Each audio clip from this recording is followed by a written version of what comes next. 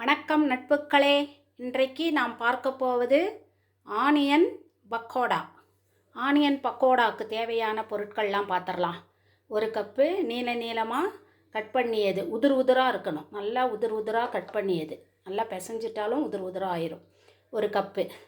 அப்புறம் கடலை மாவு ஒரு 3 டேபிள் ஸ்பூன், அரிசி மாவு 1 டேபிள் ஸ்பூன், தனி மிளகாய்த்தூள் சிறிதளவு, காஷ்மீரி சில்லி சிறிதளவு, பெருங்காயத்தூள் ஒரு சிட்டிகை, கருவேப்பிலை ஒரு கைப்பிடி, உப்பு தேவையான அளவு, எண்ணெய் பொரிப்பதற்கு.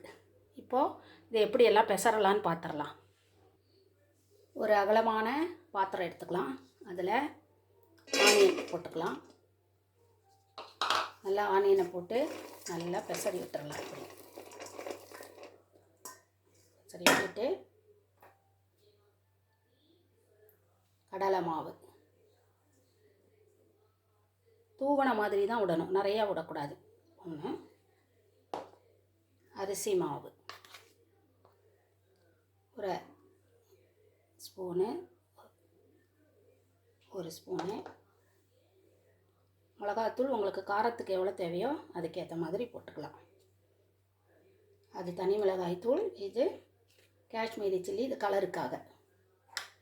பெருங்காயத்தூள் சிறிதளவு, அப்புறம் உப்பு தேவையான அளவு போட்டுட்டு இதுக்கு கொஞ்சமாக எண்ணெய் 1 ஸ்பூன் போட்டுட்டு நல்லா பெசரி கொடுத்துக்கலாம்.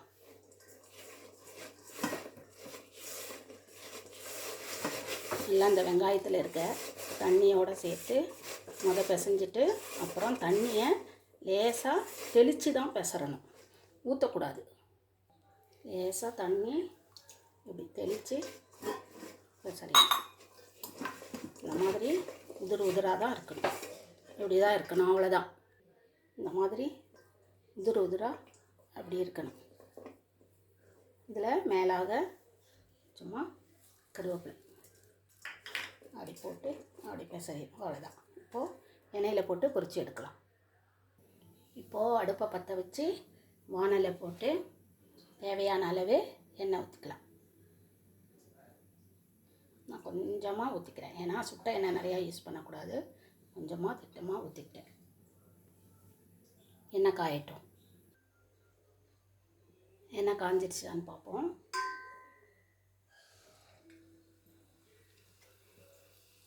எண்ணெய் காஞ்சிட்டு இதை எடுத்து இப்படி நல்லா உதிராக போடணும். அது நல்லா நமக்கு ஒத்தையாக வரணும், தனித்தனி பீஸாக வரணும். அப்போ தான் நல்லா டேஸ்ட்டாக முறுமுறுன்னு இருக்கும். நல்லா போட்டுட்டு நல்லா இப்படி இது பண்ணி விட்டுறணும்.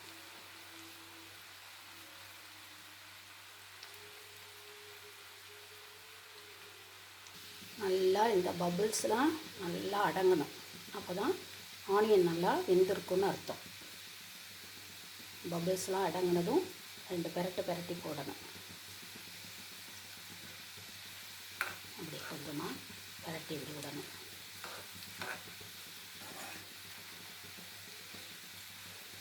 இன்னும் கொஞ்சம் நேரம் செவக்கணும். நல்லா இந்த பபிள்ஸ்லாம் அடங்கிட்டுருக்காங்க. நல்லா இந்த செவந்த கலர் வந்ததும் எடுத்துடணும். ரொம்ப கருக விடக்கூடாது, அவ்வளவுதான். Onion pakoda ready. நீங்களும் இந்த முறையில் செஞ்சு பார்த்து எப்படி இருக்குது என்று உங்கள் கருத்துக்களை தெரிவியுங்கள் மக்களே. Onion pakoda ready.